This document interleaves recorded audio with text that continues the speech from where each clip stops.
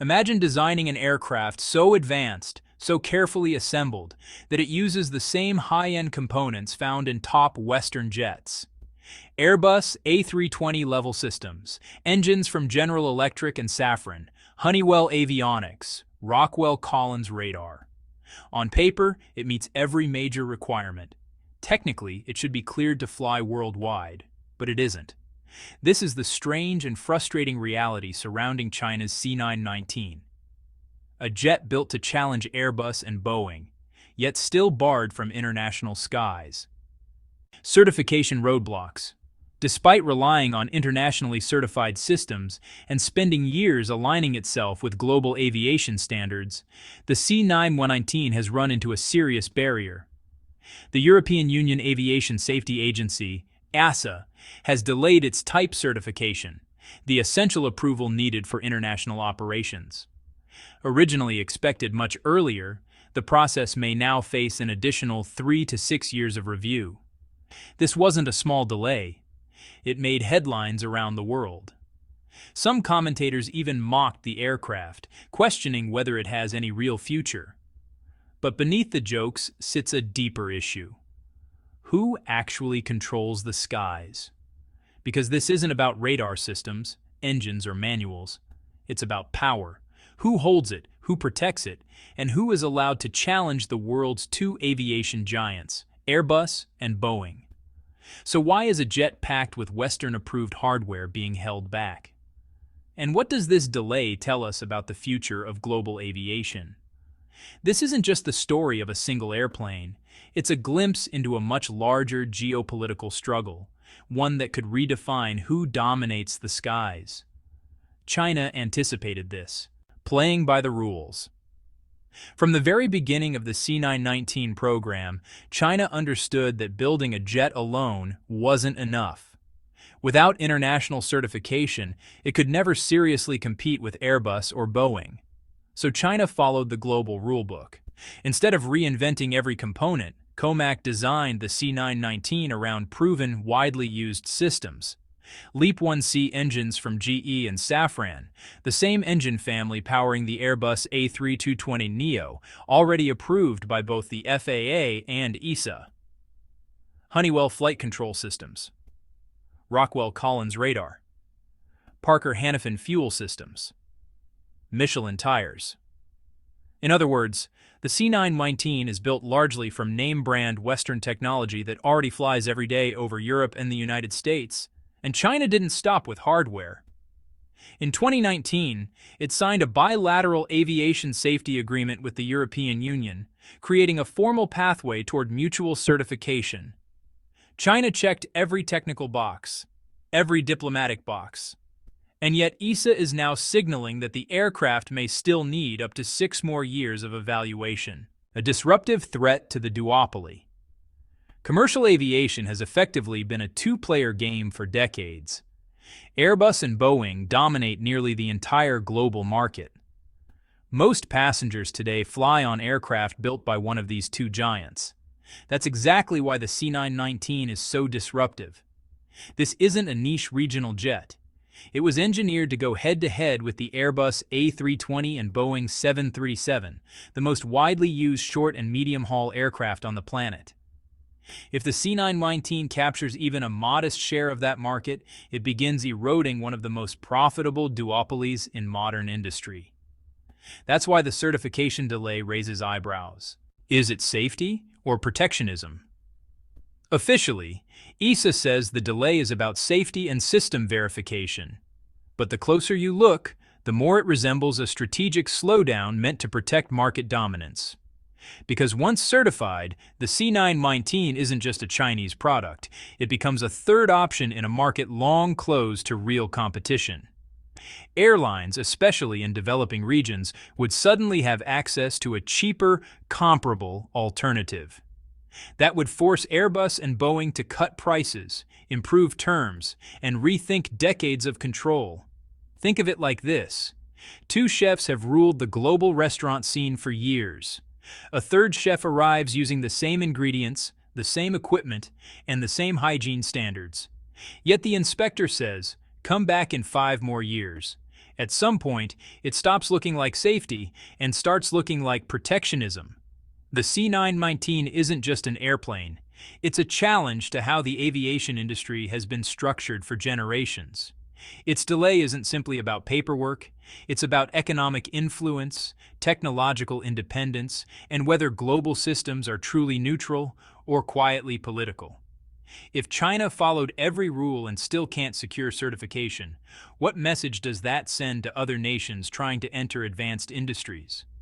And what happens when geopolitics becomes the final gatekeeper of innovation?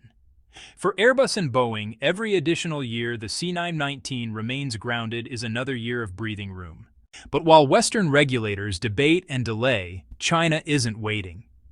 Even without European approval, it already has a massive launch platform, both economically and literally, to put the C919 into service.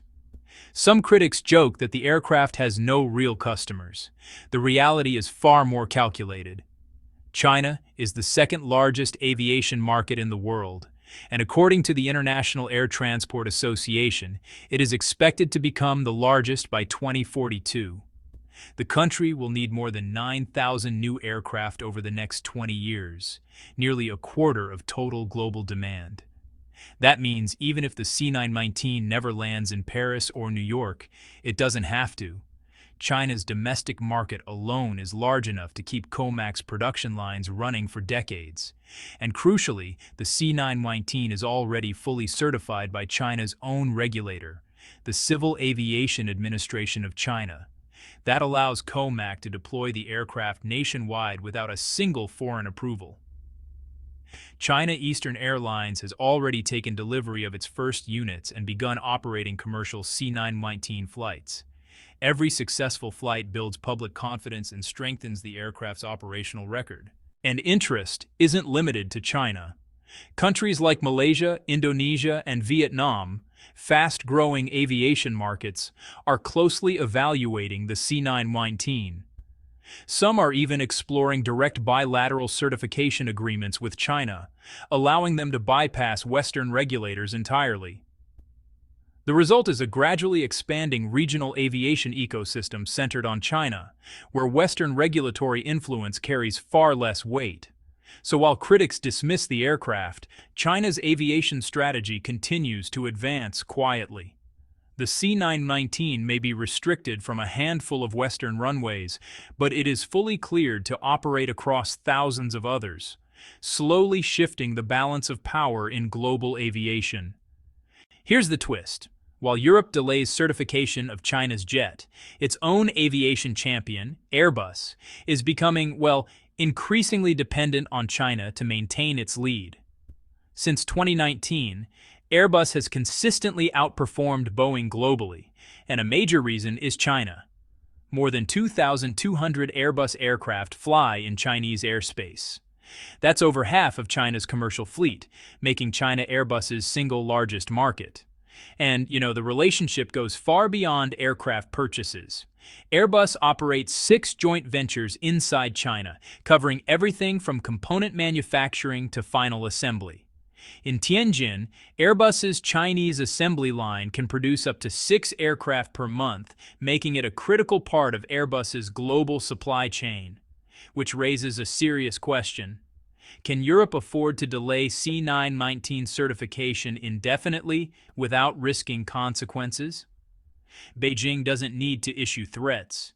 It can simply approve more COMAC aircraft or slow Airbus orders, subtly redirecting domestic demand toward its own manufacturers. That isn't political messaging, it's market gravity. Europe may block China's jet from flying west, but China has the leverage to slow Airbus's expansion in the east. It's a fragile equilibrium, and it won't last forever. Exclusion from Western systems. If this sounds familiar, that's because it is.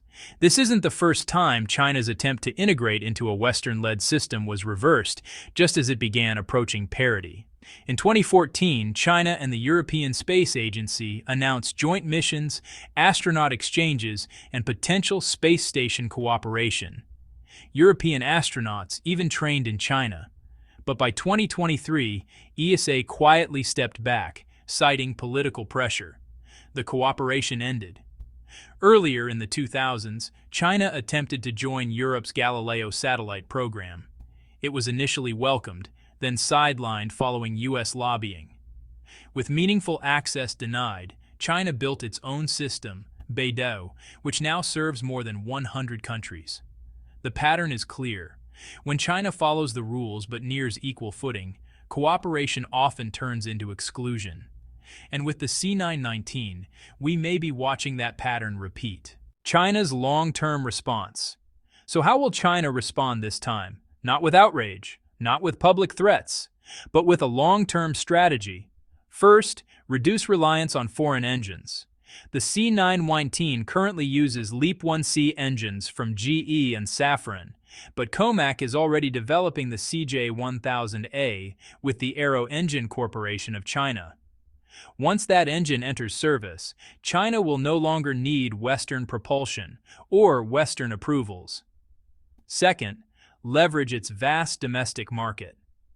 China doesn't need a trade war, it can simply adjust procurement, ordering more C919s, fewer Airbuses, and linking market access to equal treatment. Third, expand aviation partnerships beyond the West. Through the Belt and Road Initiative, China has signed aviation cooperation agreements with numerous countries. Some now accept Chinese aircraft certification directly, bypassing EASA and the FAA altogether. Over time, this could form a dual-track global aviation system, one led by the West, the other centered around China and its partners. A new global aviation order. Finally, China will play the long game. It will continue refining the C919, improving safety, lowering costs, and proving reliability at home and across the region. The goal isn't just certification, it's credibility.